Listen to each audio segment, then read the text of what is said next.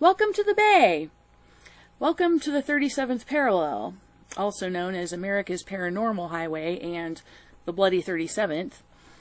I've spent countless time curating this material to help recreate the sights and sounds of the San Francisco Bay Area, both past and present. If you want the full tour, you'll have to go to the link in the pinned comment and read all the articles and watch all of the videos. This video will be an overview of that tour, highlighting some of the most important information and some fun things as well. In the first part, we'll go over some of the history and culture of the Bay Area. In the second part, we'll look at how the history of the Bay Area affects the lives of almost every person on this planet on a daily basis. The Bay Area is composed of 9 counties: Sonoma, Napa, Marin, Solano, Contra Costa, Alameda, Santa Clara, San Mateo, and San Francisco. It is also divided up into 4 geographical regions: the East Bay, the South Bay, the North Bay, and West Bay with an asterisk. Reddit is concerned. What in the world is the West Bay? It's the peninsula, but it's not a thing. Technically, the West Bay is usually always referred to as the peninsula, and if you call it the West Bay, you'll probably be included in this guy's rant down here below, which I could absolutely not resist posting. If you need a good laugh, and especially if you're from the Bay Area, you gotta read this guy's rant about West Bay. This is also the title of an album cover by, well, it's actually by multiple bands, but this album cover was photographed at 924 Gilman Street, which is the famous punk rock club. I was actually one of the earliest members of this club and was one of the few people to ever have a lifetime membership card. But the title of this record is "This is Berkeley, Not West Bay." And there's four bands on this album. One of them is Screw 32, and later in this video I'll be mentioning a musician that I dated, and that was one of the many bands that he was in that became well known later on. So yes, then we have the peninsula and San Francisco, and then culturally connected areas just a short drive outside of the Bay Area proper. We have Big Sur, the Esalen Institute, Santa Cruz, Scotts Valley, Monterey, Carmel.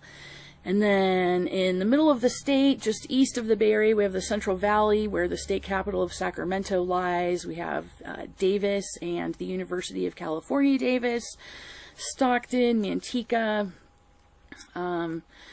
There's also gold country in the Sierra foothills, towns like West Point, Volcano, Wilseyville, Sonora. And these are just some of the towns and cities that we'll be covering. Certainly this is not a comprehensive list, and there will be more included. So if you're not from the Bay Area, this is an entertaining little 4-minute video on the difference between San Francisco, Silicon Valley, and the Bay Area explained. And next we have the iconic Sunset magazine. I spent hours trying to find what I felt was the most iconic Sunset magazine cover of all time, and I loved this one. I thought this was perfect. This is the Sunset magazine cover from 121 years ago in March of 1902, with a classic cable car on a classic San Francisco hill.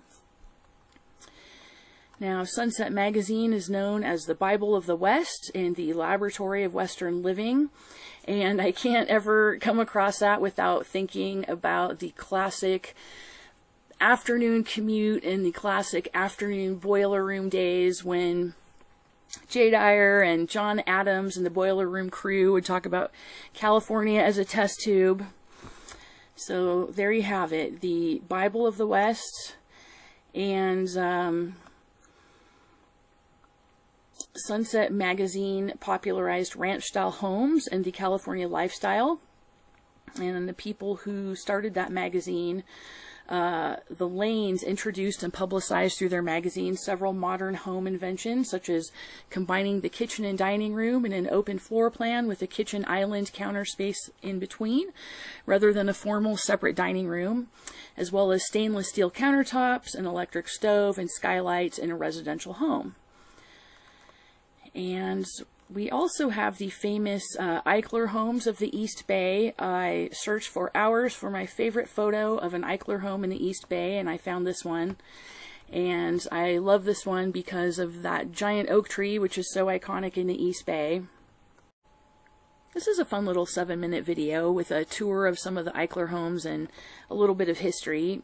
And it says, Joseph Eichler began building homes in the East Bay in the mid-1950s and continued through the 1960s. The temperate climate of the East Bay was a perfect match for Eichler's innovative approach that included open floor plans and glass walls that blurred the boundaries between the indoors and the outdoors, creating the California modern lifestyle.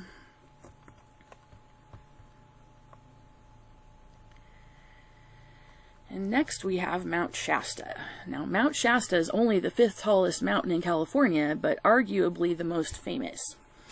And I would say the history and culture of the San Francisco Bay Area cannot be fully understood without considering the historical overtones presented in Court Lindahl's 4-part series, Mysteries and Legends of Northern California, Mount Shasta Revealed. Fascinating, little-known information about the founding families of California, such as the Stanfords, can be found here. Now, I am considering this a prerequisite for this class. If this were to be an online class, I would say that you cannot proceed any further until you go through Court Lindahl's 4-part series, Mysteries and Legends of Northern California. Yes, that is absolutely required background information. As well as this article, Jane Stanford, the robber baroness of Northern California. Authorities who investigated Jane Stanford's mysterious death said the wealthy widow had no enemies. A new book finds that she had many. All right, so now, next we have 23 things the Bay Area is known and famous for. We also have San Francisco restaurants outnumber every city in America. No other city even came close.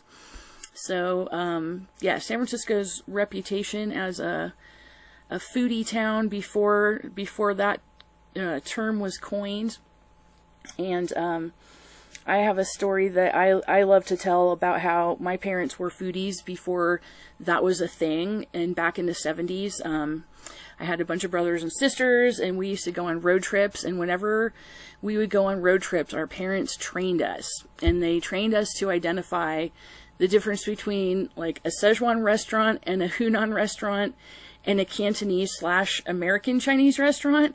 And they would always say, you know, if we're looking for dinner right now, it's like, ignore any sign that says Cantonese or American on it, and just let us know if you see a Chinese restaurant that says Szechuan or Hunan. So when we were in elementary school, we were trained to be able to identify the difference, because yes, my parents were foodies before that was a thing. And that's one of the things the Bay Area is known and famous for. So also we have the foggiest location in the United States is in the Bay Area.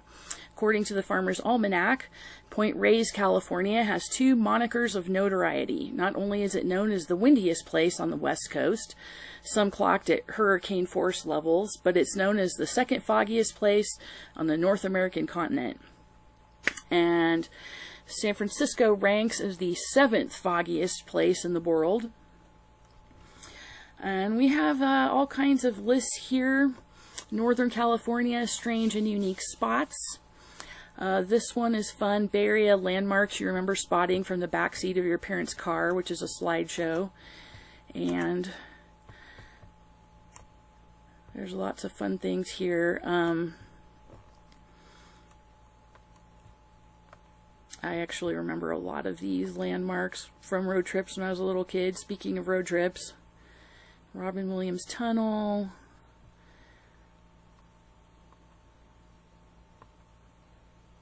Santa's Village, I remember that.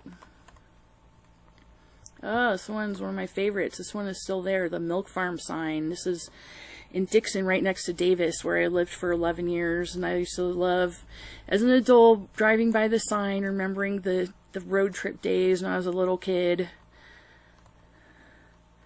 Oh yeah, this is Paul Bunyan, his big blue ox.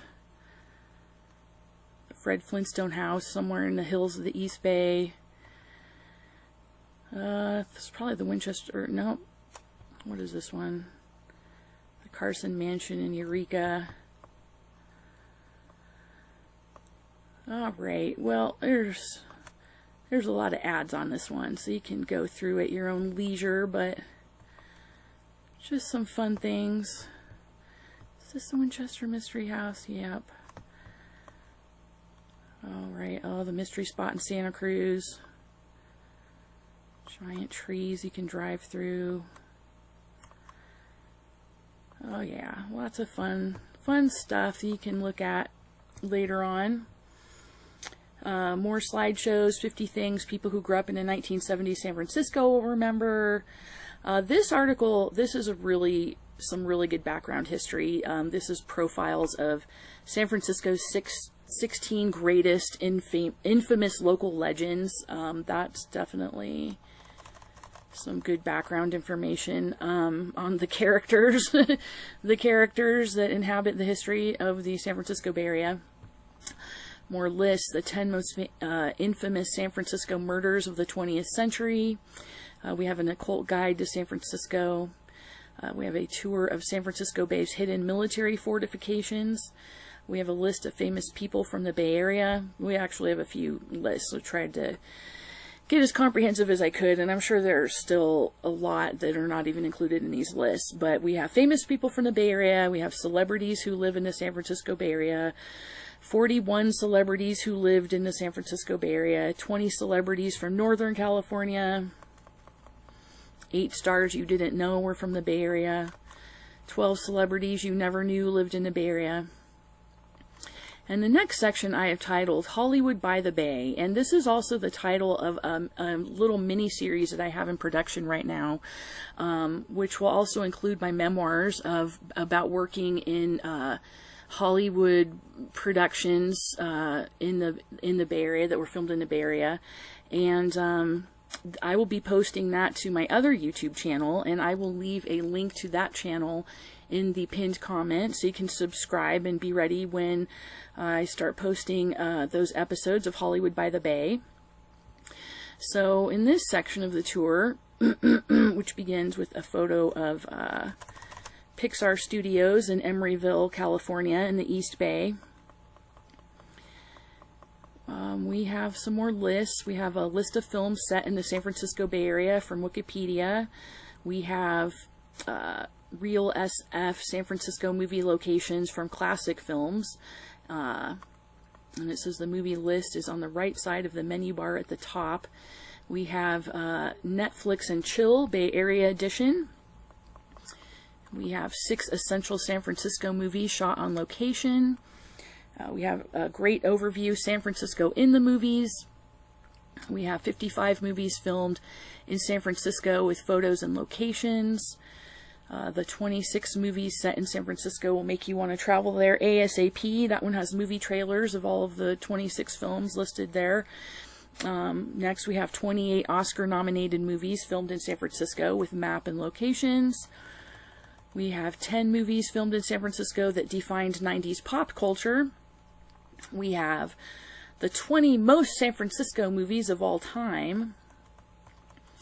The 10 greatest movies shot in North Beach, mapped. We also have Why So I Married an Axe Murderer is an ode to San Francisco's North Beach. And I still have not read that because I was actually in both versions of that film. And so I wanted to wait and open that up and read that cold live on camera when I'm talking about my memoirs and meeting Mike Myers. Okay, next we have the Bay Area's ultimate horror movie filming locations map. We have a film noir tour of San Francisco, which is a slideshow. We have a great link to the classic Harold and Maude, the 1960s classic Harold and Maude, which has lots of great location shots of the city back in the day. We have TV shows set in the San Francisco Bay Area list. We have San Francisco on Screen, where famous films and TV shows were shot around the city. And we have a full episode of The Streets of San Francisco, Season 1, Episode 2, 1973, with Martin Sheen. We have another full episode. This is 20 years later, back to the streets of San Francisco, 1992. We have San Jose Mercury News, 20 best Bay Area movies of the decade. We have 13 movies you didn't know were filmed in Oakland, California. We have a 3-part series, which I'll be including in my Hollywood by the Bay series, called Hollywood San Francisco Roots. And next we have The Muppets, Jim Henson's Muppets. It says Jim Henson's 2 earliest and closest collaborators, Frank Oz and Jerry Jewell, both grew up in the Bay Area, Oakland and Menlo Park, respectively. They both worked at Children's Fairyland in Oakland as teenagers, as did Oz's parents, who were also puppeteers and very involved with the local puppet community. And this article discusses San Francisco's historically rich puppeteering history. All right, now this is a great iconic photo right here. Let's talk about George Lucas. George Lucas has created some of the most famous, beloved, and influential American films in the 20th century, such as Star Wars, Indiana Jones, and his first feature film, 1973's American Graffiti, a requiem to the society and culture that existed just prior to the Kennedy assassination and the 1960s counterculture which emerged following that event. With that in mind, it is ironic that Lucas' first job as a cameraman on Gimme Shelter involved documenting the infamous 1969 concert at Altamont, which marked the demise of the 60s counterculture, the 2 films thematically bookending the decade. And I have a C also. This is an excellent podcast on the Hells Angels, speaking of Altamont, called Sympathy for the Devil by Myth of the 20th Century. And yeah, we have various versions here that you can download or listen to or watch online. One of them has some great photographs.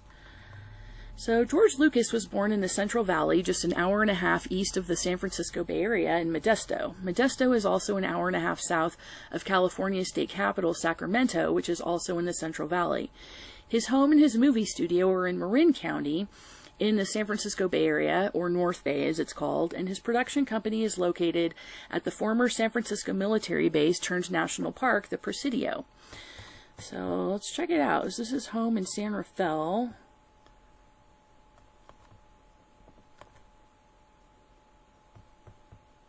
Wow.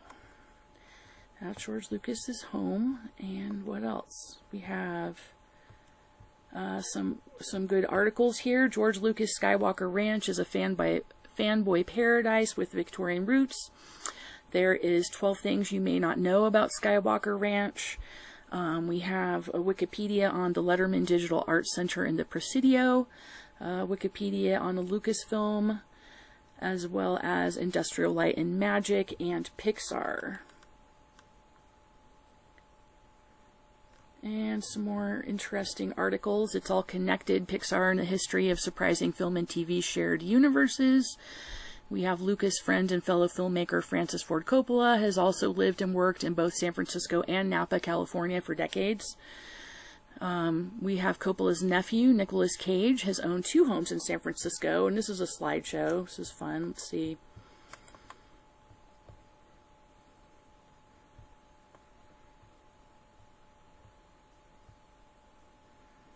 Oh, wow. Slideshow is actually bigger than my screen capturing device, so you'll have to come back and check out this slideshow for yourself. Lots of fun slideshows on here.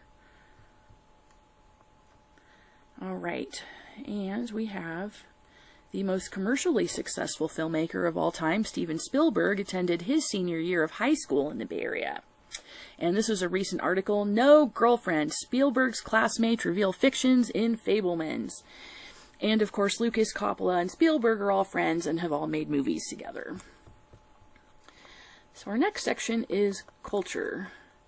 And here we have a photograph of Jack London, whose original surname was actually Cheney, spelt differently than Dick Cheney, but he is a Cheney. And if someone else has more time than I do, somebody needs to go to Ancestry.com or one of those genealogy websites and find out if Billie Joe Armstrong of Green Day is a descendant of one of Jack London's daughters.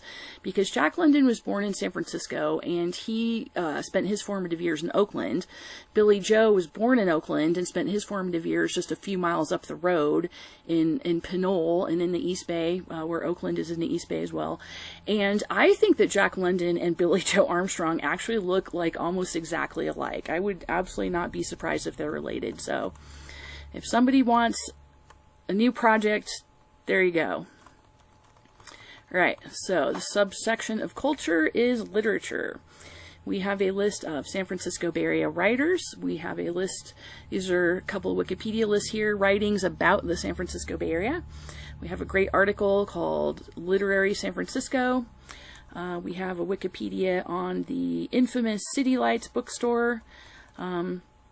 We have an article on Tower Books, which was very influential. I would love to do an episode about life before the internet in the Bay Area and how we found out about things like music and books and zines and events and how we managed before the internet. And Tower Records and Tower Books were a big part of that.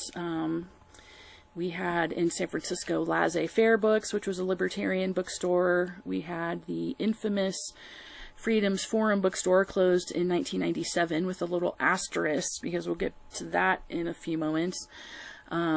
We have the Bound Together Hate Streets Anarchist bookstore.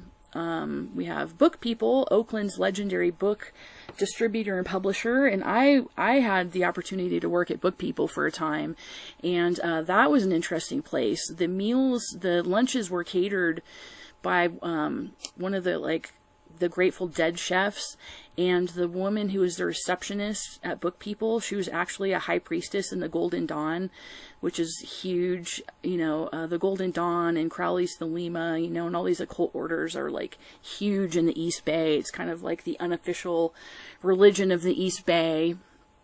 And which is why the series is subtitled San Francisco's Beast Bay, because as I have mentioned previously, that is what Crowley's disciples still refer to it as to this day.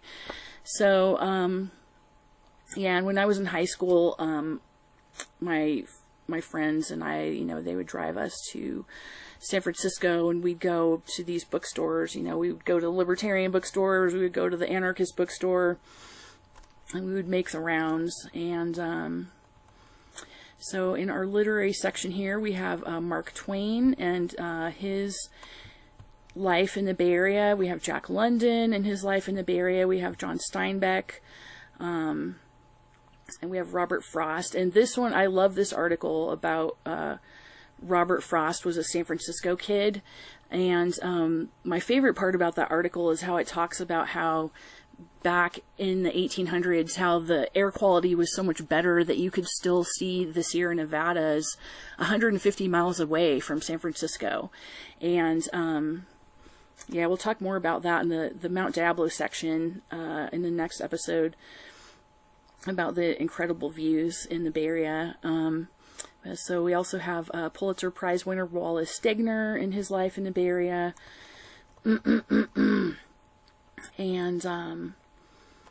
And he was also an environmentalist, so there's a bench named after him in the Los Altos Hills. And so we have photos and articles about all of these things. Also, this is really important. This ties into the latter section of this video about Wallace Stegner's forgotten indictment of California's racism. And yeah, that is a really important topic in regards to California and the Bay Area. Now, next we have Shel Silverstein. If somebody has more time than I do and wants to dive in and do a video on Shel Silverstein, this is a really a topic that I'm sure you'll find a lot of fascinating information about, that I haven't seen anybody else talk about this yet, but he was actually really influential in my generation. I'm Generation X, and he lived in the Bay Area for a while. Shel Silverstein lived on a houseboat in Sausalito from 1968 to 1975. He's the famous author of children's books, but he's also a poet, a cartoonist, a singer-songwriter, a musician, and playwright. He's won 2 Grammy Awards and was nominated for an Oscar and a Golden Globe. And this is a picture of his houseboat right here. Which, like, oh, so fun. So fun. Anyway. But this guy has a really dark side. There, like, so you could dig up some serious dirt on this guy, and I would be fascinated to find out more. But it's also interesting to me that he started his career in the military. So we have an article, the famous author started his career drawing timeless cartoons as a drafted U.S. troop. And then, here we go, we have an article, you're definitely going to want to check this out, and again, somebody with more time than me needs to look into this, but this is a look back at Shel Silverstein's adults-only children's book, so that's pretty disturbing. And we have, next we have the music section, and a fun photo of Tower Records back in the day. My dad was the first mobile DJ in the state of California, back around 1977, and he was the only mobile DJ in California for a long time, and he used to have accounts, or he had an account at Tower Records, so whatever city we were in, we would go to wherever the nearest Tower Records were if we had an extra few minutes, or maybe we were going there intentionally to find records. But sometimes my dad would be like, you know, I'm going to the record store, you want to come? And we'd be in some city far away, but we'd stop at Tower Records, and he had an account there, so he'd just charge everything. And so that I have a lot of memories about Tower Records. Let's see here. Alright, so the music section of the Bay Area. Oh yeah, that photo is from 1970. We have a Wikipedia list, songs about the San Francisco Bay Area. We have Wikipedia list, famous bands from the San Francisco Bay Area. We have a very good article called San Francisco, A History in Rock and Roll, and that's because it says the Bay Area music history is about so much more than what was happening in the Fillmore and the Avalon Ballroom for a few years in the late 1960s, and that's true. So that's from a much more comprehensive history of rock and roll and music in the San Francisco Bay Area, or at least San Francisco, I guess, not particular article. So yeah, and we have you know, Wikipedia on Tower Records. We have, there's a book called Tales of Tower Records, an oral history of Tower Records. Now next, we have Tupac was there, and a great article, How Tupac Forever Changed the Bay Area. And we have a little interesting little 5-minute documentary that I thought was fascinating called How Daly City's Filipino Mobile DJ Scene Changed Hip-Hop Forever. So that is very interesting. And then we have the legendary Fantasy Studios and Records in Berkeley, California. And so artists associated with Fantasy Studios and Records are Dave Brubeck, Vince Guaraldi, the Beat Poets, Lawrence Ferlinghetti, and Allen Ginsberg, comic Lenny Bruce. We have Creedence Clearwater Revival, Charles Mingus, Miles Davis, Journey, Chris Isaak, Primus, Green Day, Blues Traveler, Rancid, Jawbreaker, Santana, Aerosmith, Tori Amos, Joan Baez, Tony Bennett, David Bowie, Tracy Chapman, Eric Clapton, The Counting Crows, Death Angel, the Doobie Brothers, Duran Duran, MC Hammer, John Lee Hooker, Huey Lewis and the News, Iggy and the Stooges, Indigo Girls, Wyclef Jean, In Excess, B.B. King, Lil Wayne, Taj Mahal, Dave Matthews, Bobby McFerrin, Sarah McLachlan, Pavement, Fish, The Pretenders, Joe Satriani, Tears for Fears, U2, Train, Soda Stereo, Stevie Wonder, Government Mule, Seether, Switchfoot, A Charlie Brown Christmas soundtrack, and One Flew Over the Cuckoo's Nest soundtrack were all associated with Fantasy Studios in Berkeley. And the East Bay is where the thrash metal scene emerged. We have a Wikipedia entry for that, as well as a trailer for a feature film documentary called Murder in the Front Row, the San Francisco Bay Area thrash metal story. And Metallica made their headquarters in the Bay Area in 1983. And Megadeth's first show was at Ruthie's Inn in Berkeley, February 17th, 1984. I actually started going to Ruthie's Inn in Berkeley in 1985 when I was 15 years old. And next we have a section on the punk rock scene. We have a video with one of the earliest San Francisco punk bands called the Avengers. We have a link to the feature film documentary called Turn It Around, the story of East Bay punk. And that was actually the title of a record that was issued through the Gilman Street Project back in its early days. And that was my first boyfriend's band was actually on that record called Turn It Around. So that's what the film title is referring to, is that little double record set that I used to own. And there's another documentary, 94 Gilman Street, Let's Talk About Tact and Timing. I actually need to finish watching that. I'm only halfway through it, but I'm looking to see if I can find myself in that, because I'm in a lot of the photographs that were taken back in the day. And so, you know, once in a while it's like, once in a while I find myself in those things. And then there's another documentary, or actually, wait, no. That was, yeah, so those are two documentaries. And then next we have this flyer for Operation Ivy's final show. That's a legendary, like, underground punk band, Operation Ivy. Their last show was on May 28th, 1989 at 94 Gilman Street, and that was the same night that Green Day opened for them. So that was their first show. It was Op Ivy's last show and Green Day's first show, and I actually was at that. I was actually at the show right here. And this is the flyer for that show. Let's see. There we go. Yep. I used to have this flyer. And then we have the 94 Gilman Street official website. And then we have an article, 10 of the Bay Area's music landmarks, mostly houses with addresses. And next we have raves, which I was also part of the early rave scene. We have a little, like, fun 6-minute video of a rave house in Oakland back around 1990 or 1991, which was when I was hanging out in this scene. Some good historical articles here that I found that I think are important in understanding these things. DJ Magazine, History of West Coast Raves. And then, oh my goodness, only just a few weeks ago, I was at a rave back in, I think it was 1992, and in Oakland at a drive-in movie theater, and there was a 48 Hours crew walking around the whole night. And so for years, like after the internet, you know, got a lot bigger after 1993, I looked for years to see if I could find this, like, 48 Hours episode, and I finally only just found it a few weeks ago.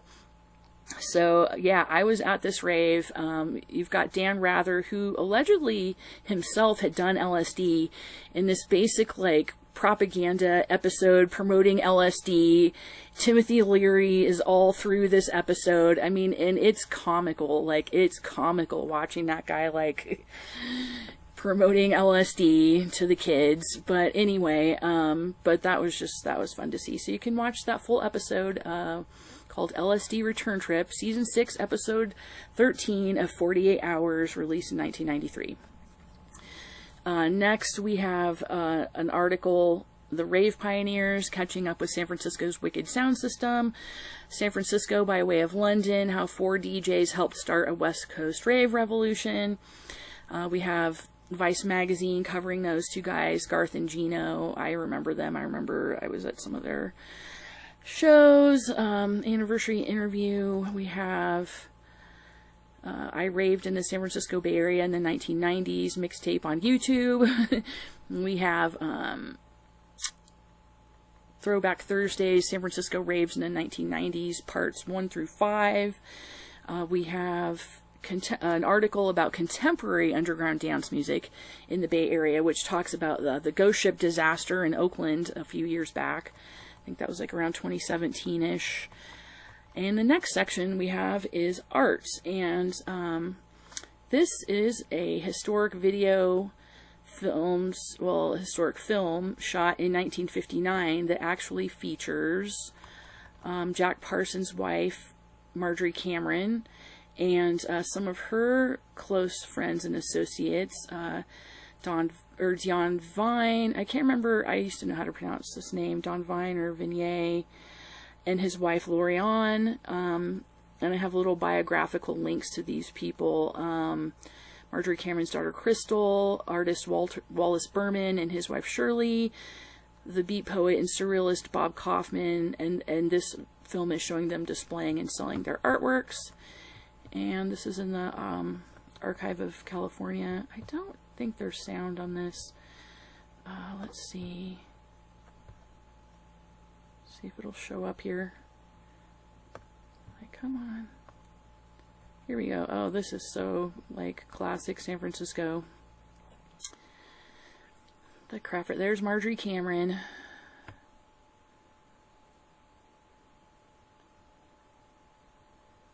But you can certainly come back and watch this for yourself. But there's just a lot of archival footage that I've been able to find and post here. You can immerse yourself in all things Bay Area. Alright, what else do we have? So we have a Wikipedia entry, art in the San Francisco Bay Area. Another Wikipedia entry, artists from the San Francisco Bay Area. Then we have some good articles. Sanctuary, Berkeley's first art colony, 1906 to 1911. We have the Untold History of the Carmel and Berkeley Art Colonies, Volume 1. It's part of the East Bay Heritage Project in Oakland. So that was circa 1906 to 1927. We have Sausalito's Art Colony. We have Dorothea Lange's Steep Ravine, how an American photography icon found her sanctuary in Marin. We have Ansel Adams' childhood home, hidden in Seacliff. We have the famous photographer Imogen Cunningham. And this Frida Kahlo and Diego Rivera's time in San Francisco, I think, is very interesting, as well as their mural on the San Francisco's Pacific Stock Exchange. I will be referring to the Pacific Stock Exchange later on in this video, so just keep in mind whose mural is painted on the side of that building. So next we have something that emerged from the Bay Area called funk art, and some artist colonies from the East Bay, one of them being Port Costa, and the famous funk artist, and I would argue Discordian. I don't think he ever stated that he was a Discordian, but everything you read about this guy, like his behavior and everything that he did is like, and Discordianism, the founders lived in the Bay Area actually for a significant period of time, right next to the Bohemian Grove, and that's for another episode. But yeah, so Clayton Bailey, we have some information on him. Port Costa's artist, one of a kind world. We have an article, Funk Art, Bigfoot and Robots, Clayton Bailey, the Mad Potter of Port Costa, Let's It Go. Also the founder of Nut Art. Clayton Bailey, founder of Nut Art, founder of the Discordian-style first psychoceramic church, builder of Tesla coils in Crockett and Port Costa, the 1983 on-off The Wonder Robot and Sweetheart, his girlfriend, are invited to attend a rendezvous with robots at the Lawrence Hall of Science at the University of California, Berkeley, where they meet Nobel laureate Glenn Seaborg.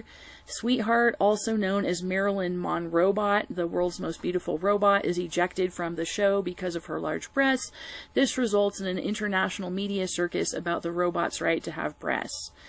And that's interesting in this day and time, and this took place decades ago, but I also, Glenn Seaborg, the nuclear scientist, his journal is available online, and so there's a lot of information about his life in the East Bay, and it's interesting that he was at Clayton Bailey's art show with Marilyn Monrobot. It's just an interesting milieu here. So next we have Clayton Bailey, 1939, Antigua, Wisconsin. Currently lives in Port Costa, California. Bailey received a Lewis Comfort Tiffany grant in 1963 and a National Endowment for the Arts grant in 1979 and 1990. He has been a fellow of the NCECA since 1982. Often associated with the California Funk Art Group, his work has been influenced by art, science, education, and entertainment, and his studio is a museum of his life's work.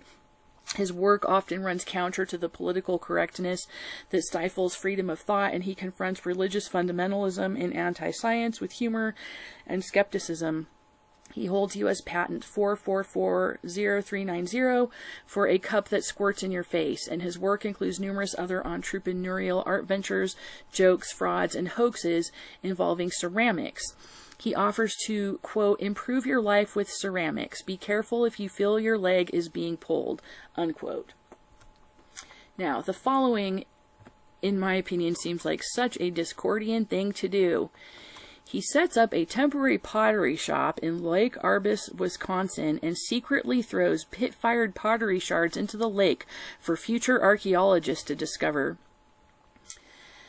Yes, so next we have positively charged copier art in the Bay Area since the 1960s.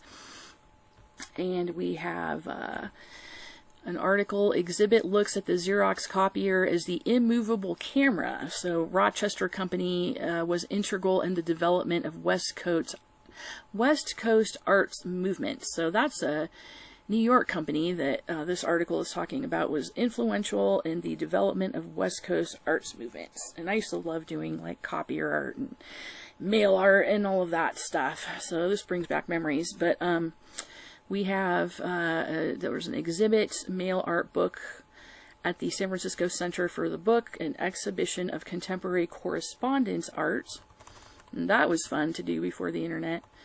And the next section we have is comics. And wow. Cartoonist Rube Goldberg, 1883 to 1970. He won a Pulitzer Prize. Pulitzer Prize winning cartoonist Rube Goldberg, whose works gave rise to the expression Rube Goldberg machines, had started as an engineer and designed sewer pipes. He later worked for the San Francisco Chronicle and eventually soared to fame with his cartoons depicting gadgets and the character Professor Lucifer Gorgonzola Butts. So that's when I'm like, wow, okay. All right, let's move on to the Charles M. Schulz Museum and Research Center in Santa Rosa.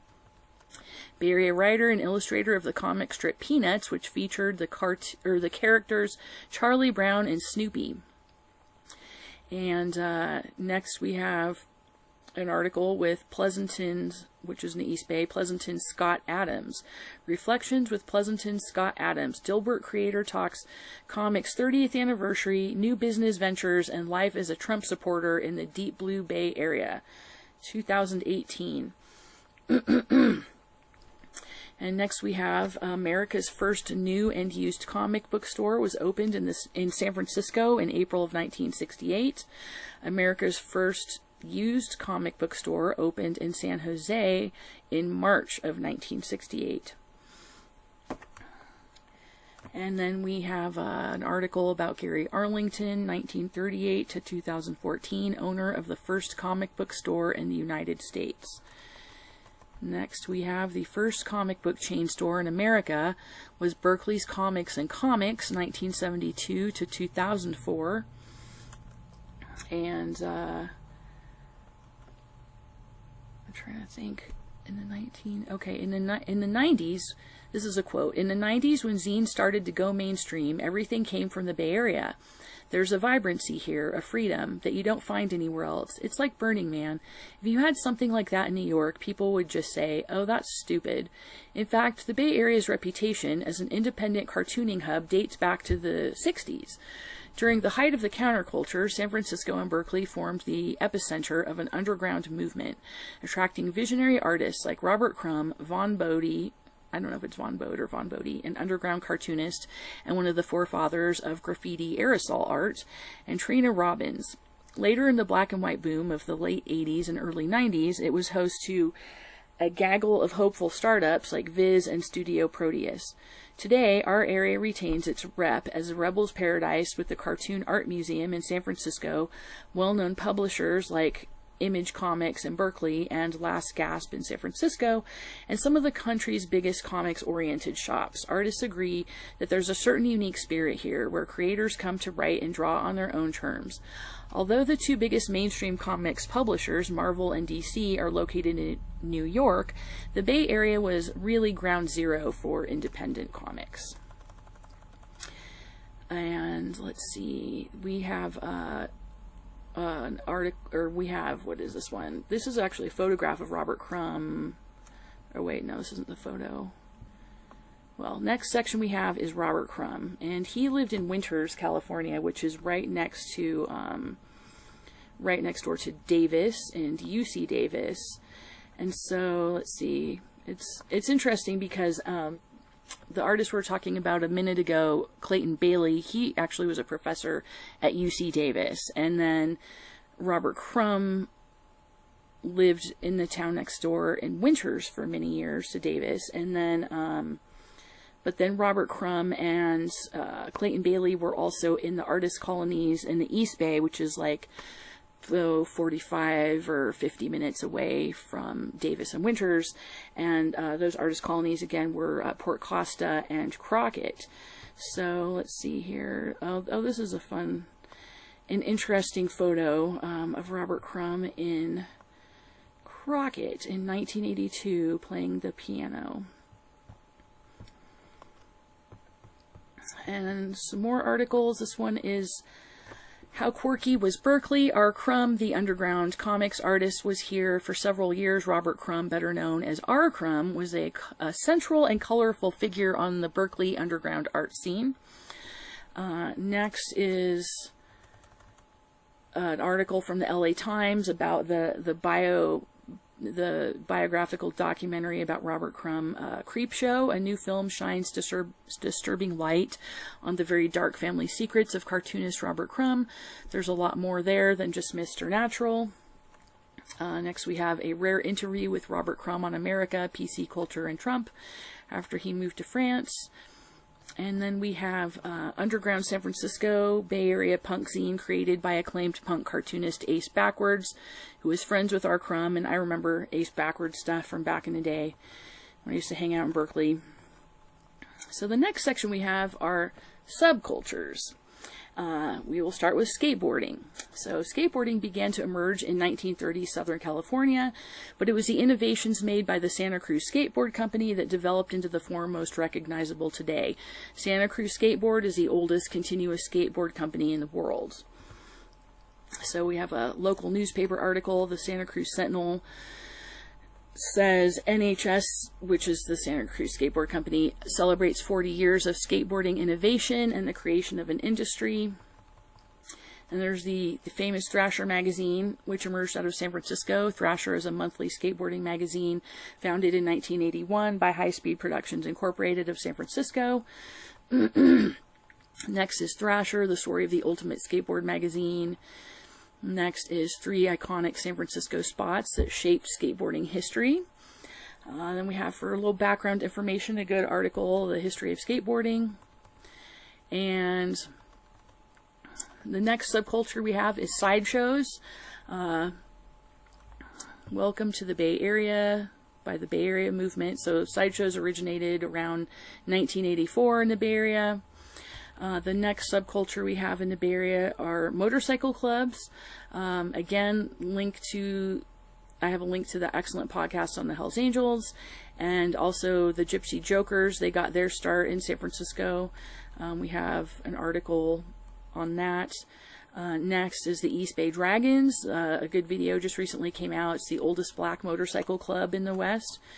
It's a little 5-minute video. This one was hilarious.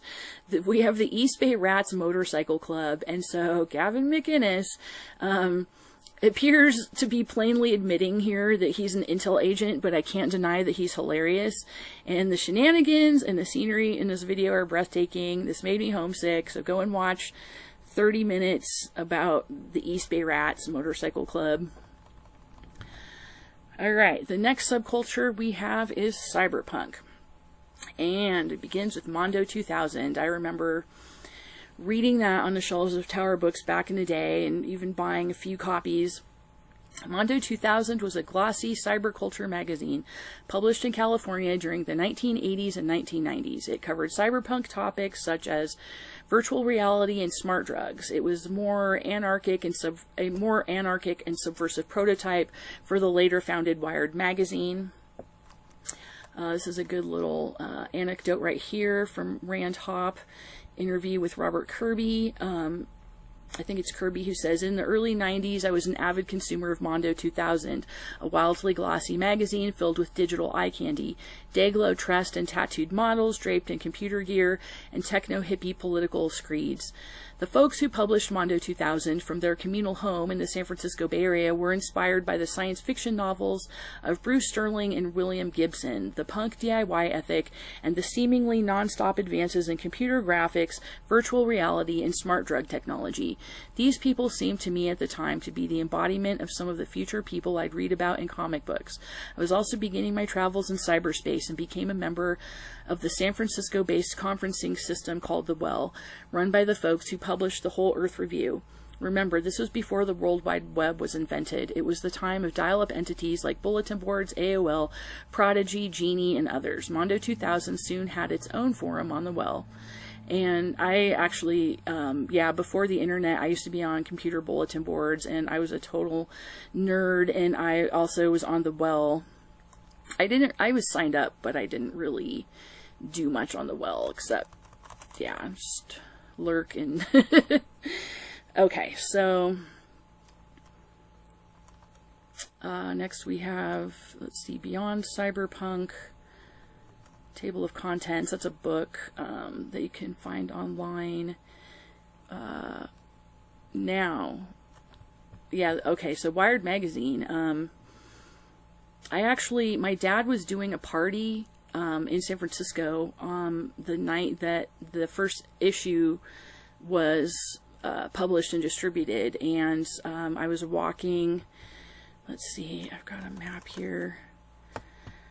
So I was walking from my dad's party, I think, in Union Square down to Wired Magazine, which is south of Market, and back to my car after the party was over, and I stopped by the Wired Magazine party, and I grabbed a stack of first editions of their first issue, and I still had those. Actually, I still had that stack of Wired magazines until 2013 when I had to sell my entire library, but...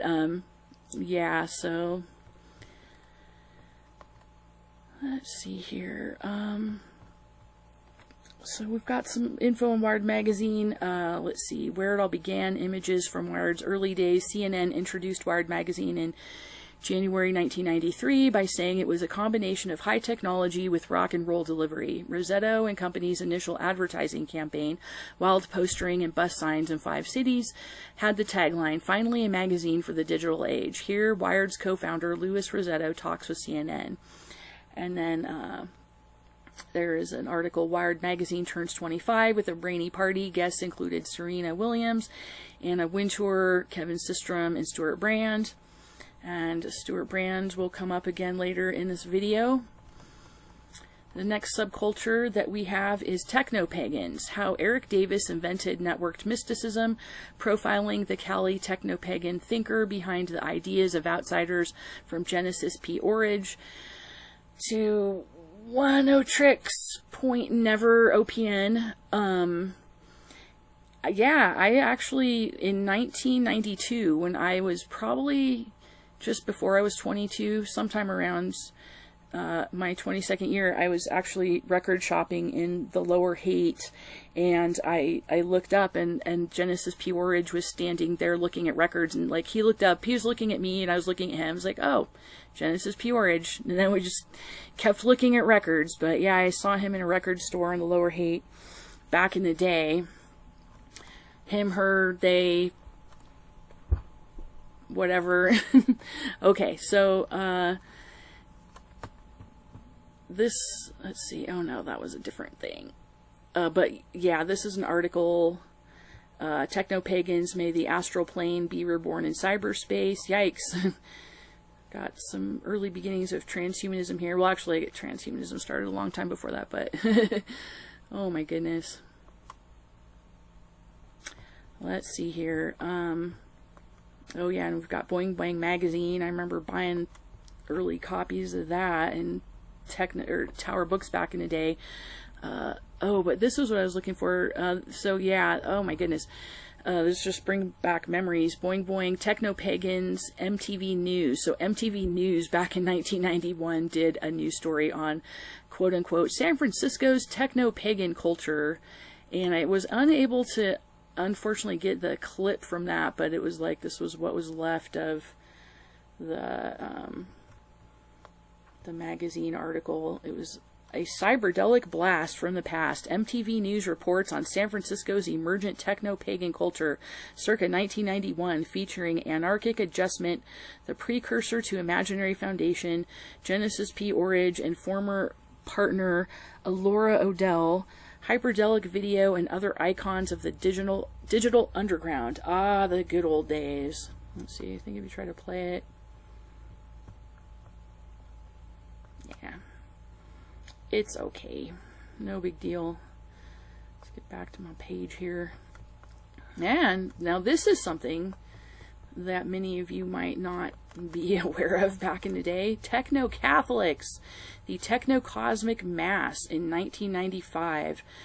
Matthew Fox, the Catholic priest, and his students met regularly with members of the Bay Area rave community in preparation for launching the Techno-Cosmic Mass in the United States in 1996, and subsequently presenting it in Oakland with the active support and encouragement of Jerry Brown, former presidential candidate and later mayor.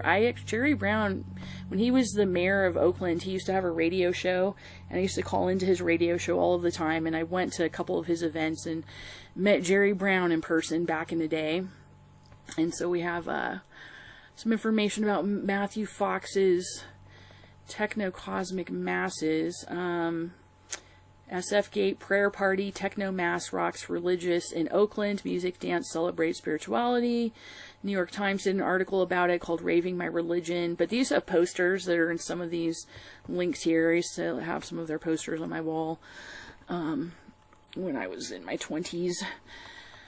Oh, this is scary. The robot subculture in San Francisco, which is now like totally mainstream, but this is like way back in the day. They had what's called survival research labs, and yeah, that's some really scary stuff. But anyway, robots, that's been a big thing in the Bay Area. Next, of course, is Burning Man, and excellent series on that, on Burning Man's origins in the Bay Area. If you haven't seen it, you need to go to this link, Silicon Valley's Secret Weapon, The Shadow History of Burners by Steve Outram. Next, we have the origins of the Rainbow Gatherings. The Rainbow Gathering was co-founded by Barry Plunker Adams. Adams emerged from the Haight-Ashbury scene in San Francisco and is author of Where Have All the Flower Children Gone? Now also we have an article about the California and Bay Area origins of Renaissance fairs, which I think is important because I think that a lot of these things like Renaissance fairs and Burning Man and the Rainbow Gatherings and even 924 Gilman Street Punk Club are all considered by a lot of the originators of these things as what Hakeem Bey called temporary autonomous zones, which I think is really scary because it's an idea that basically gives people license to behave in inappropriate ways that people would not ordinarily like behave in if they were not in a quote-unquote temporary autonomous zone. And so that's a topic I think would be interesting and important to talk about in the future. So the next subculture we have is zines. I was big into that back in the day. That was how, again, before the internet, you'd find out about a lot of things. So there's an excellent article I found called The Untold History of Zines. Doug Biggert on Tower Mag Hell. That's really funny, Tower Mag Hell.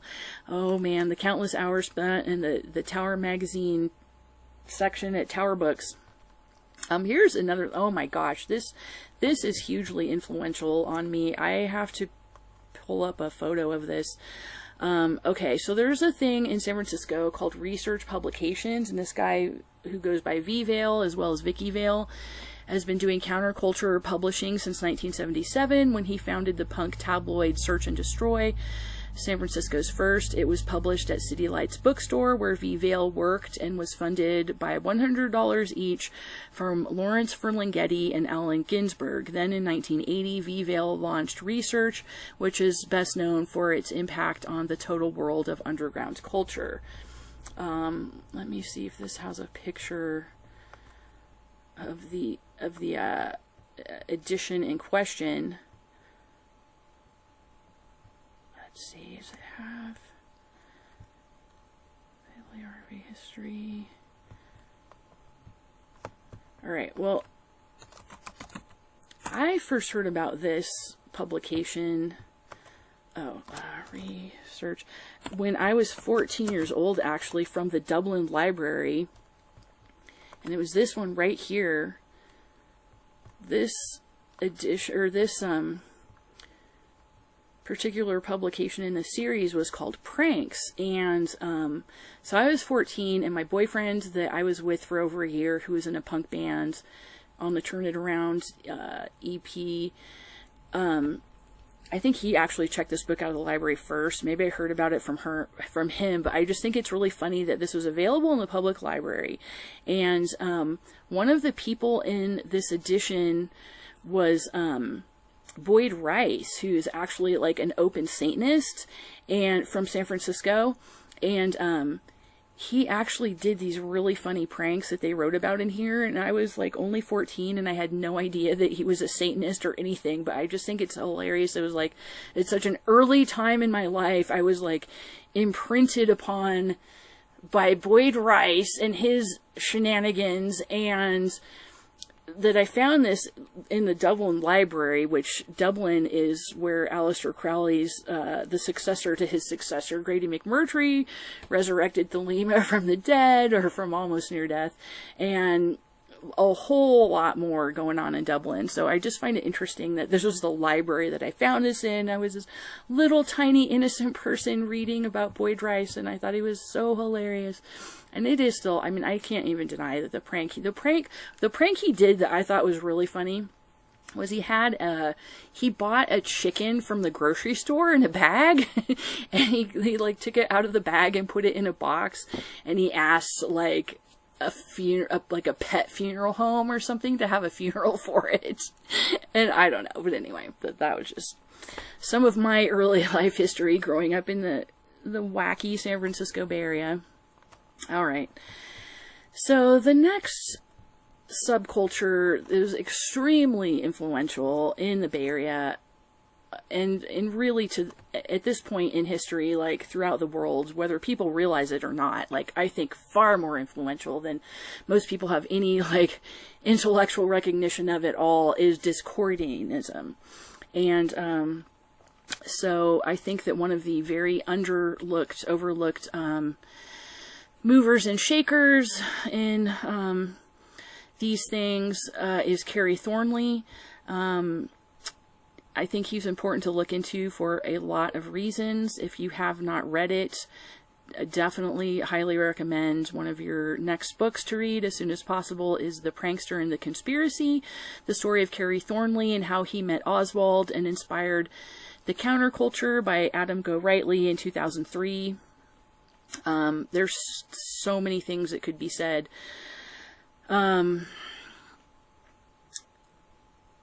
Yeah, I will just say, I'll just read this part. This part is scary. It's like, Discordianism is no joke. Like, it's all about, I think it accomplishes a lot of goals by presenting everything it says and does under the guise of humor, and I think that humor is intentionally used to disarm people to not take things that are being said and done under the guise of Discordianism seriously.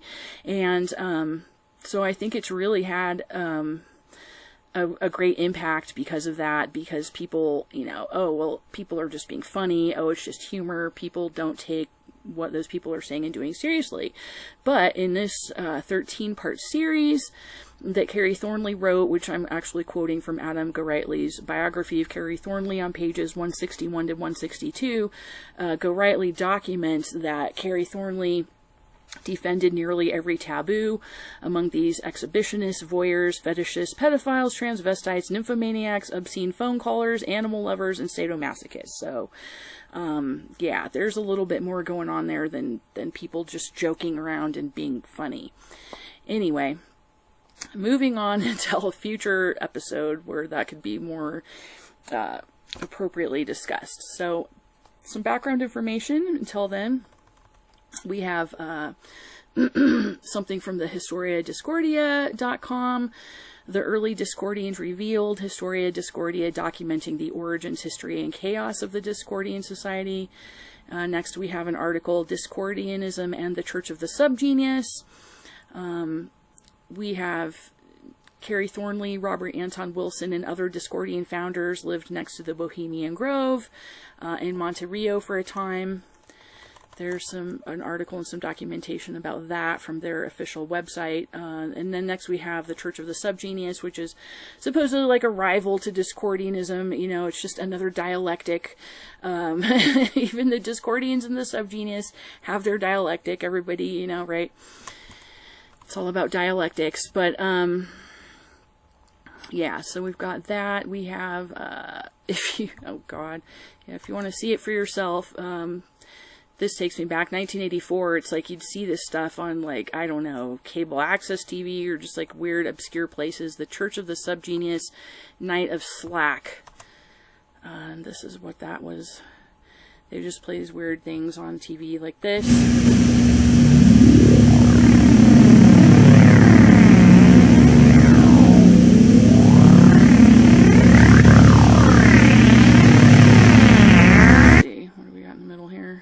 Praise to Bob. Praise to Slack. Fake religion. It's all about making Praise to Bob. It's all about mocking religion. Yada yada yada. Okay. All right. So now the next subculture we have is food co-ops. We have the Consumers Cooperative of Berkeley, established in 1936. We have a brief history of cooperatives in California. My parents were part of the old original Berkeley Co-op. They were members of the Walnut Creek branch just over the hill, and that was the first place I ever lived, was like right next door to the Berkeley Food Co-op in Walnut Creek. And then it's interesting, in recent years they built a Whole Foods on the same property, which is pretty much the antithesis of that. My husband's parents were both original board members of the original Davis Food Co-op in Davis, California. And then, let's see, the next subculture we have are utopian subcultures. So we have beatniks. We have the Whole Earth catalog. The full story of Stuart Brand and the Whole Earth catalog can be read in the print version or listened to let's see, an audiobook. Oh, that's right, Surveillance Valley by Yasha Levine. So that is an extremely important book that I highly recommend right now to people. If you have not yet read Yasha Levine's Surveillance Valley, you can read the full text, and the entire audiobook are available for free on the internet, and so I've got links to that. Next we have A People's Guide to the San Francisco Bay Area. There's an interesting article, In Search of the Old Radical Bookstores of Old San Francisco. We have something called Design Radicals, Spaces of Bay Area Counterculture, which examines the legacy of design activism within UC Berkeley's College of Environmental Design and its relationship to the Bay Area counterculture. Design Radicals, Berkeley in the 60s, establishes the historical significance of local experiments in design pedagogy and practice. As San Francisco emerged as the hub of countercultural pilgrimage routes back in the late 1960s, radical politics and social change galvanized design ideals in Berkeley. The East Bay became the site of bold experiments in graphic arts, environmental activism, handcraft pedagogy, and self-build technologies. And that is interesting because that actually includes tracing the origins of the light show back like before the Grateful Dead to beatnik culture and Buckminster Fuller, interestingly. Speaking of, the next thing we have is the Utopian Impulse, Buckminster Fuller in the Bay Area. Next we have sexual subcultures, the Radical Fairies. We've got an entry here on Harry Hay, an entry on the Sisters of Perpetual Indulgence, an entry on the Society of Janus, and an entry on the N-word, which shall not be named. The other one, that the one involving inappropriate behavior with children. And that's the asterisk on why Freedom's Forum Libertarian Bookstore closed down. It so happened eventually that Freedom's Forum Bookstore owner was publishing a journal advocating inappropriate relationships between adults and children and distributing other related materials, and was scandalized in New Zealand's parliament because of it, because he basically fled the United States and went to New Zealand, and then he became a subject of New Zealand's parliament. And so here we have the full story. We have links to the allegations. We have the timeline. We have Perone, the owner of Freedom's Forum Bookstore, side of the story. All right, so now this is part two. Part two of this presentation is how the history of the San Francisco Bay Area affects your day-to-day life. Now, we have, let's just do a quick list here. We have denim jeans. We have the birthplace of the cafe latte. We have mission-style burritos.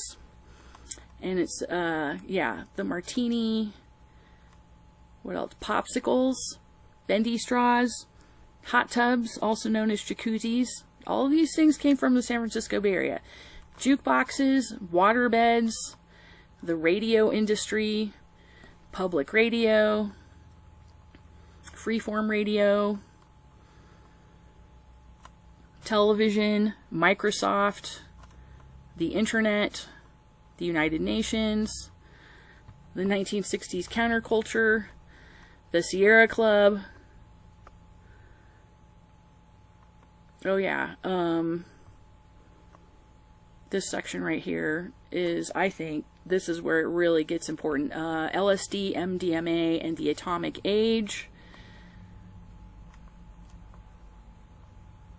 Hundreds of fruits and vegetable varieties. And eugenics. So let's go over this for a minute.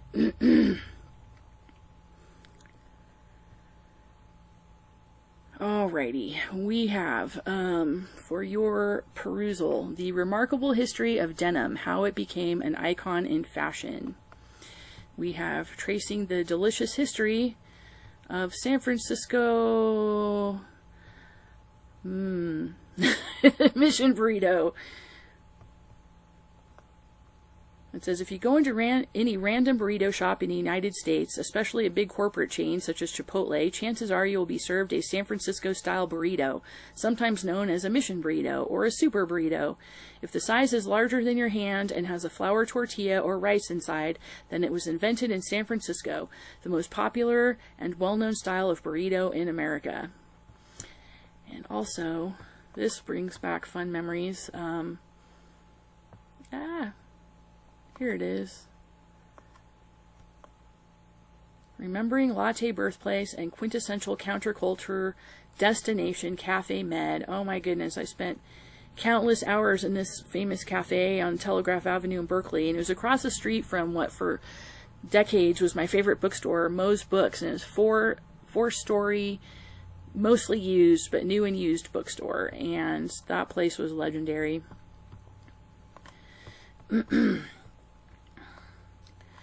So the martini. Now this is fun. This is really fun.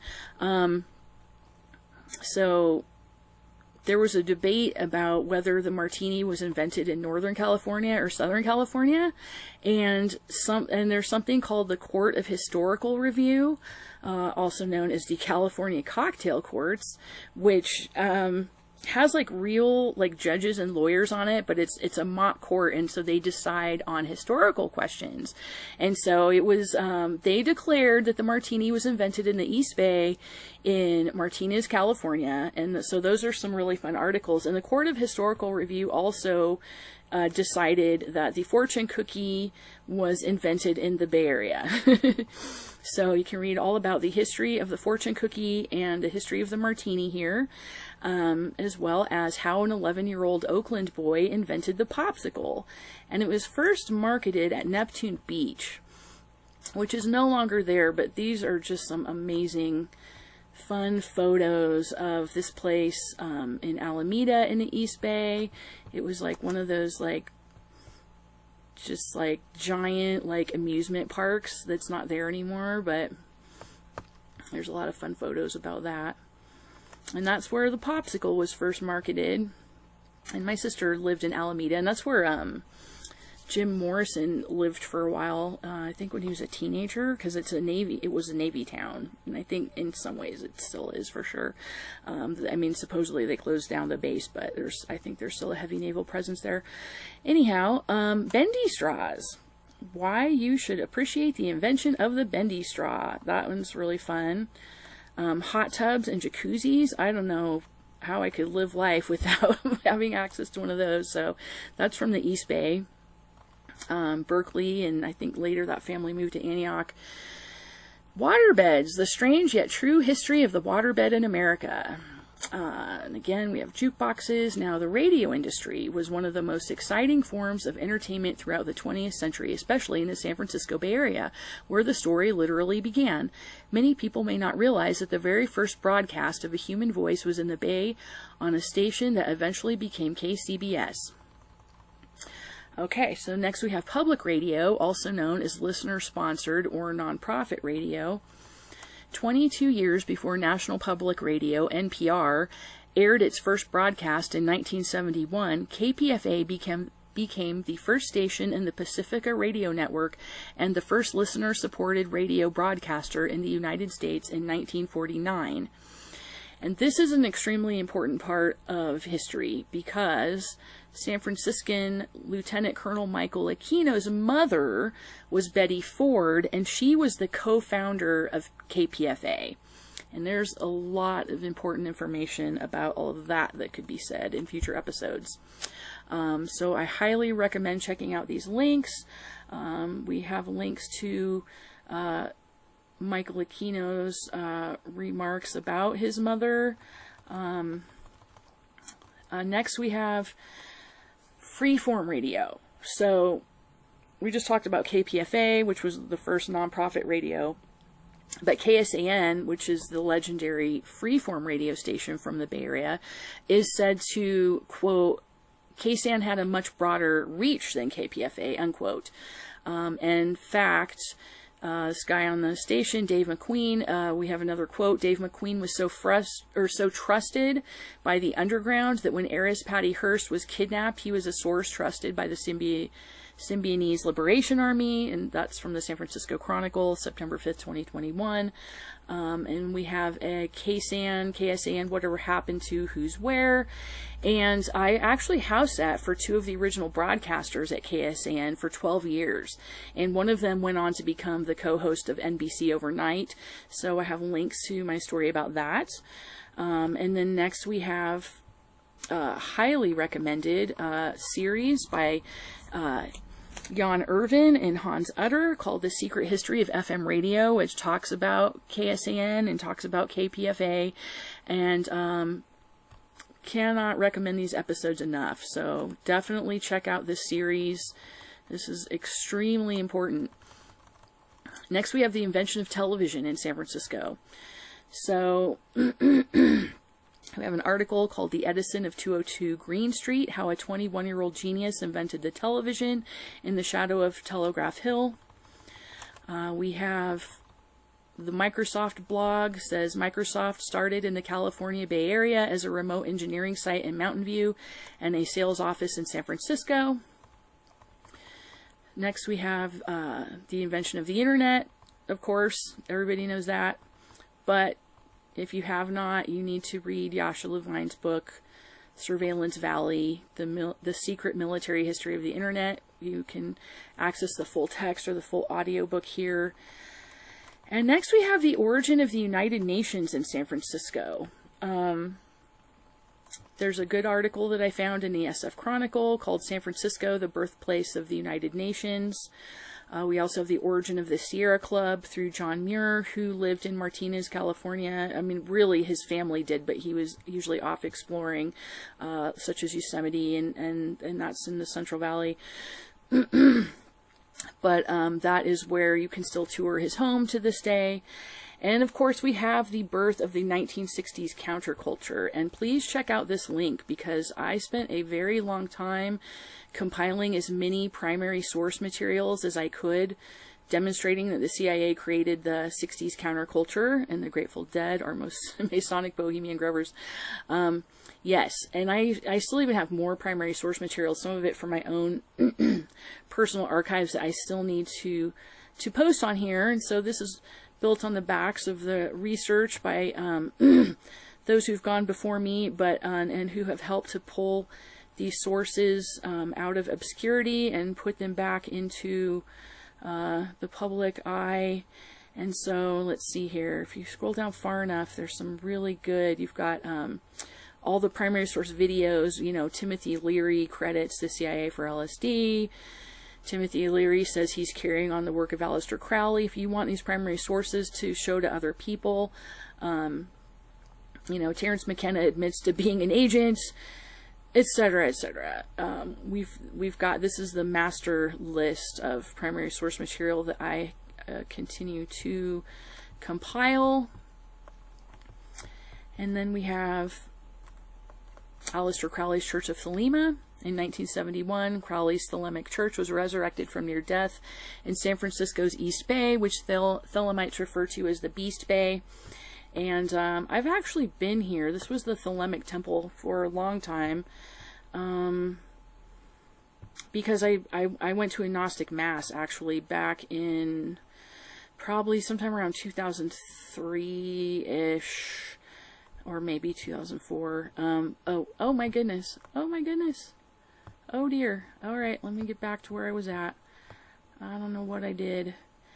Oh, here we go. Yeah, I went there because I was actually in a 2-year AA program, associate's degree program in religious studies at Santa Rosa Junior College, and I had a teacher or an instructor who was she was like super evangelical Christian, and this is like back before I became a disciple of Jesus Christ myself, but and so I was like, I wanted to be really edgy and like do my term paper on and be like, I'm going to go to Aleister Crowley's church and like turn this into my evangelical Christian instructor in religious studies.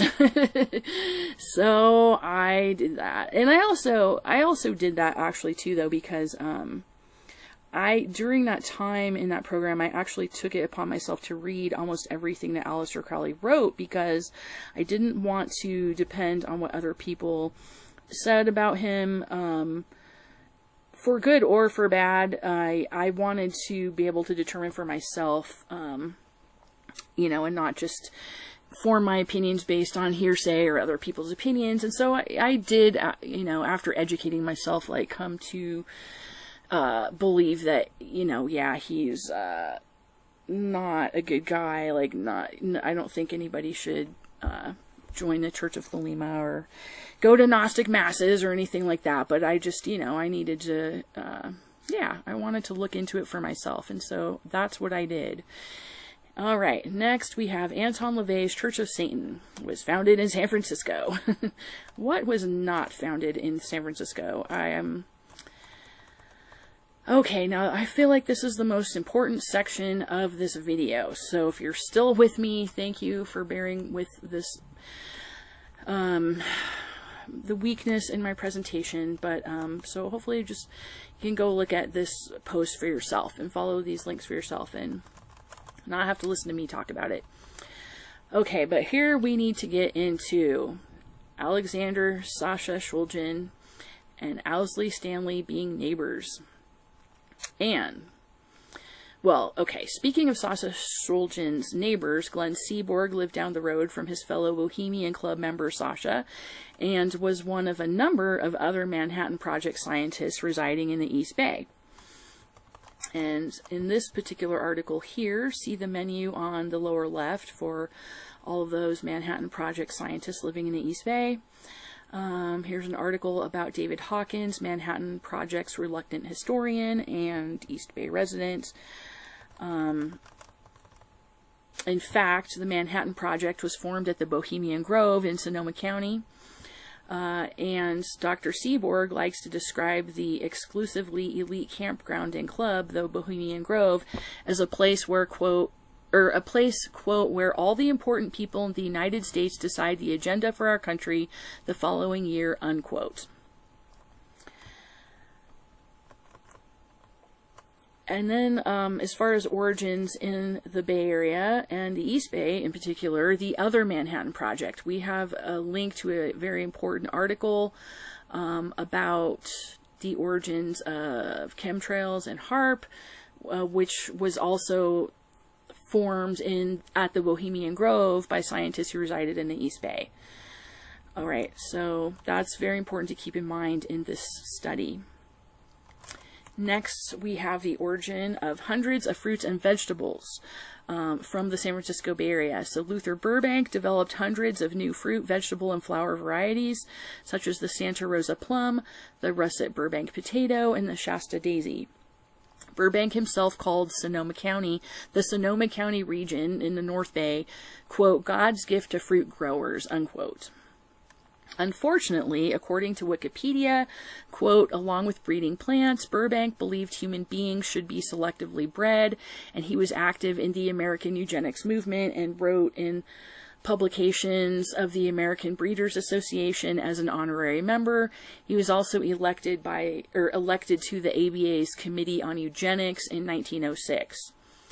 Now, his fellow eugenicists, Thomas Edison and Henry Ford, came to visit him in the Bay Area. And then after his death, he was painted by Frida Kahlo, who, as noted earlier, also lived in the Bay Area for a time.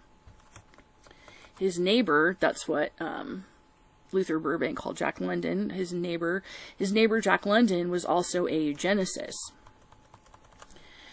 And I have a couple of extremely important articles here that I highly recommend everyone to read. I don't even know if I will say the names of them on here, but I will show you, and I have the links. Let's see. This one, The California Connection. People, if you don't already understand, you need to understand the origins of this in California. And next we have another one that I will show you. State's little known history of shameful science.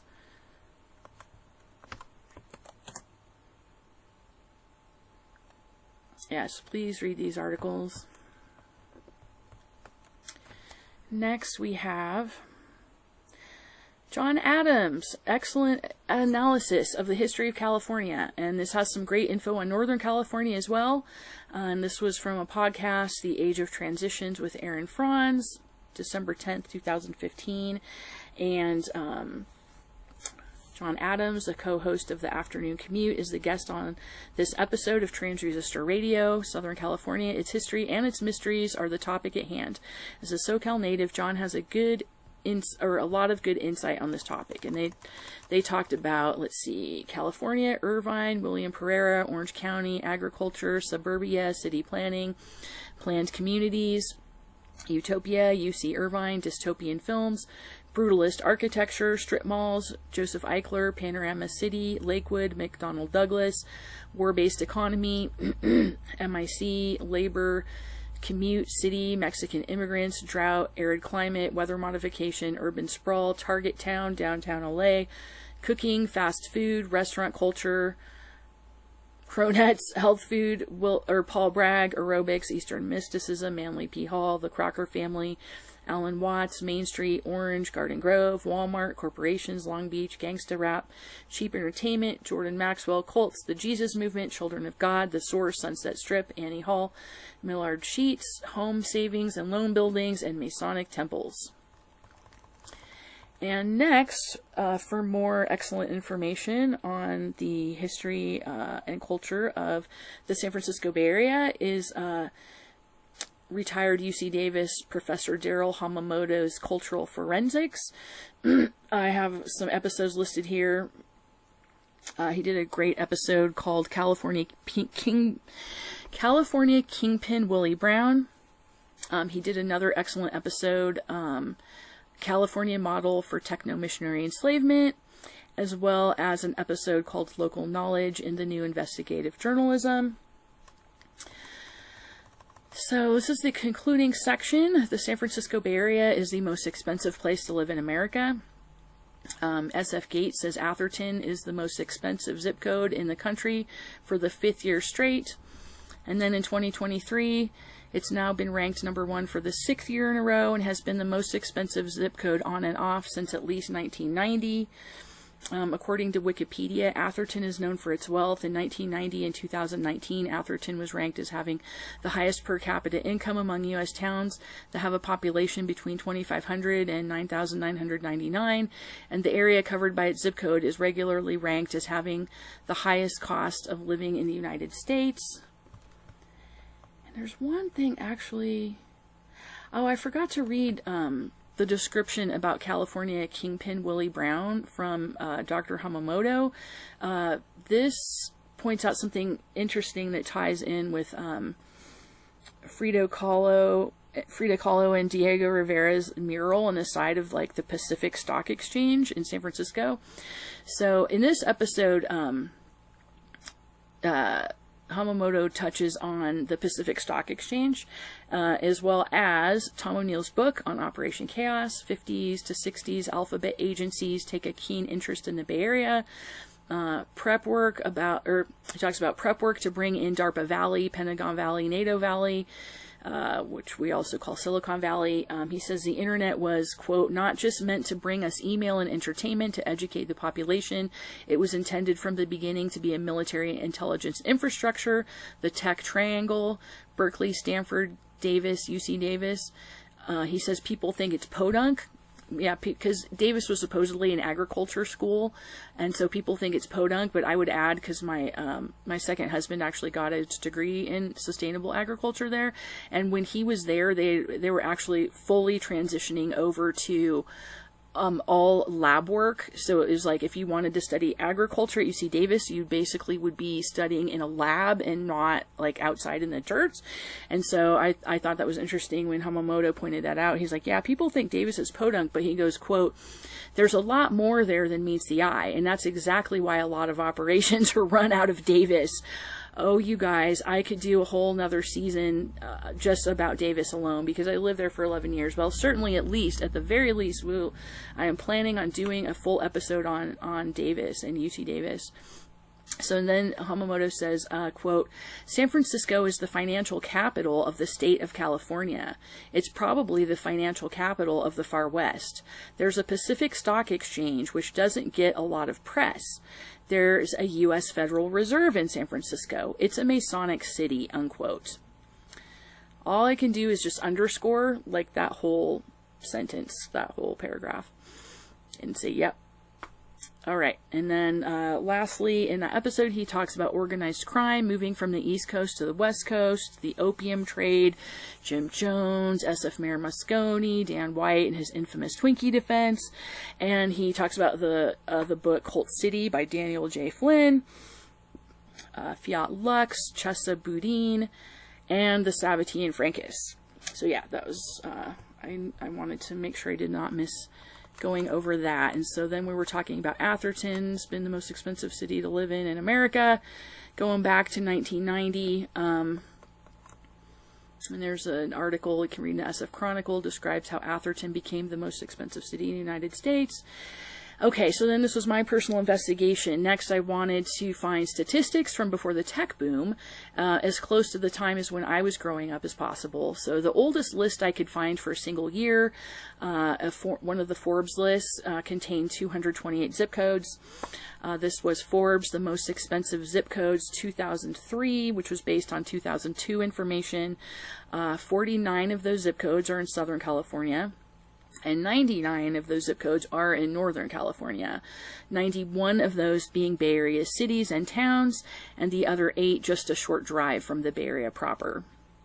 The top 5 for that year include 3 locations in Florida, 1 in Colorado, and 1 in the state of New York. As far as Bay Area locations, Hillsborough was number 7, Ross was number 10, Diablo was number 15, Alamo was number 28, Danville came in at 65, and San Ramon came in at 185. And San Ramon is where I grew up. Danville was a town adjacent to that. Alamo is a town adjacent to Danville. Diablo is right around Alamo and Danville. So Diablo, Alamo, and Danville are all right next to San Ramon, where I grew up. Ross is where actually Sean Penn used to live. That has some of the very most expensive places to live in the entire Bay Area. Okay, so then the next article I found was Housing 1998 to 2018, America's most expensive zip codes then and now, and an overview of the top 40. Atherton was still number 1 in 1998. The next article I found was 50 Bay Area zip codes makes list of most expensive in the United States, 2021. Next was the 25 most expensive zip codes in the United States from USA Today in 2022. 18 are in California, 9 are in Southern California, 9 are in Northern California. San Ramon made the list at number 16 out of 25, the average home price being $1,127,000. Its next door neighbor Danville made it on the list twice, coming in at number 3 and number 7, depending on which part of town. The average home price in Diablo, $3.6 million, and Alamo, $2.3 million, and Atherton, $10.2 million, are also so far beyond the cities on this USA Today list. And the population's so much smaller, and Diablo and Alamo are both unincorporated, so they're not included on a lot of these lists, actually. Same with Woodside. Their average price was $3.5 million, where Shirley Temple used to live. And that's incorporated, but only has just over 5,000 residents. So that's also not often included in these lists. So I found an article from 2019. Nearly a quarter of America's richest people live in California. Here's why. And this is the humble home that I grew up in. The humble 5-bedroom, 2-bathroom house I grew up in San Ramon. This photo was taken the year that my dad lost his house due to illness. Let's see. And then this picture was taken after it was taken over by somebody else, and they painted it blue. And I don't think it looks nearly as good that color. Yeah, online real estate photo after it was painted. Okay, so the list above, let's see, I'm not sure if this is out of order, but it says the list above was compiled 4 to 5 years after my dad lost our family home in San Ramon due to illness. I think that was that original Forbes list. My parents lived in San Ramon from 1977 to 1998. We lived in another house in San Ramon for a couple of years while our house was being built. My dad bought our second house in San Ramon, this house above, for $100,000 in 1979. It is currently valued at $1.4 million. And there's a link to the current real estate listing. I grew up in our second home in San Ramon from age 9 to just a few days before my 19th birthday. My parents continued to live in that second San Ramon house for close to 20 years. When my parents first moved to San Ramon, it was more affordable and more accessible than it has become. Even when San Ramon was more affordable and more accessible than it is now, Diablo, 2 towns down the road at the base of Mount Diablo, has always been one of the wealthiest towns in America.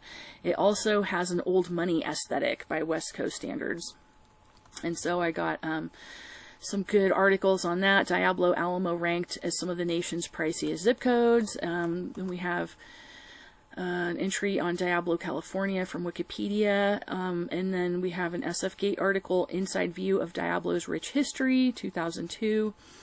And so in high school, I briefly dated a guy who was a musician in a bunch of punk bands, and that was when I was telling you that band Screw 32.